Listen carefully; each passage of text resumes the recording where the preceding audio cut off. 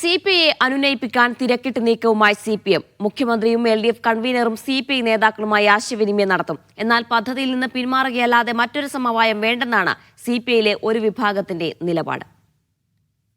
മറ്റന്നാളാണ് നിർണായക സിപിഐ സംസ്ഥാന എക്സിക്യൂട്ടീവ്. അതിനു മുമ്പ് സിപിഐ അനുനയിപ്പിക്കാനാണ് സിപിഎം നീക്കം.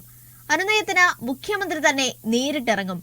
തദ്ദേശ നിയമസഭാ തെരഞ്ഞെടുപ്പുകൾ പടിവാതിക്കൽ എത്തി നിൽക്കെ അതിവേഗം പ്രശ്നപരിഹാരത്തിനാണ് നീക്കം.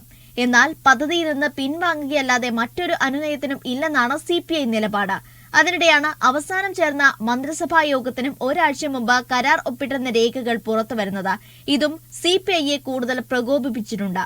മുന്നണിയെയും പാർട്ടിയെയും അറിയിക്കാതെ എന്തിന് കരാറിൽ ഒപ്പിട്ടു എന്ന ചോദ്യം മുഖ്യമന്ത്രിയോടും സിപിഐ ആവർത്തിക്കും. സിപിഐ എക്സിക്യൂട്ടീവിന് മുമ്പ് LDF യോഗം വിളിച്ചു ചേർക്കാനാണ് ആലോചന.